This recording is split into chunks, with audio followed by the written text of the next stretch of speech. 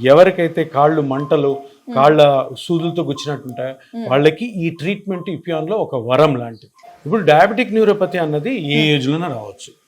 Diabetes వచ్చిన తర్వాత long standing గా డయాబెటీస్ కానీ కంట్రోల్ కాకపోతే న్యూరోపతి డెవలప్ అవుతుంది.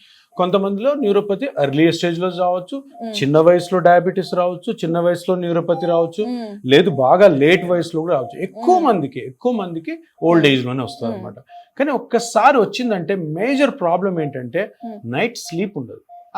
డే టైంలో నడుస్తుంటారు, తింటుంటారు, అట్లా టీవీ చూస్తుంటారు, అంతా బాగానే ఉంటుంది, కొంచెం మంట ఉన్నా కూడా ఏ ప్రాబ్లం. కానీ నైట్ పడుకున్నప్పుడే వీళ్ళ ప్రాబ్లం అంతా. సో నైట్ నిద్ర ఉండదు, నైట్ అంతా మేల్కొని ఉంటారు, చికాక్గా ఉంటుంది, పొద్దున అంతా వీక్నెస్ ఉంటుంది. సో అందుకని డయాబెటిక్స్ వచ్చిన వాళ్ళు కంట్రోల్ చేసుకోకపోతే తప్పకుండా డయాబెటిక్ న్యూరోపతిలో ల్యాండ్ అవుతారు. డయాబెటిక్ న్యూరోపతికి ఇప్పటి వరకు ఉన్న ట్రీట్మెంట్స్ ఓన్లీ టాబ్లెట్స్. ఈ రోజు ఒక టాబ్లెట్లు, నెల 2 టాబ్లెట్లు, ఇంకొక 2-3 నెలలు పోయినాక 4 టాబ్లెట్లు, ఇంకో టాబ్లెట్లు యాడ్ చేయడం.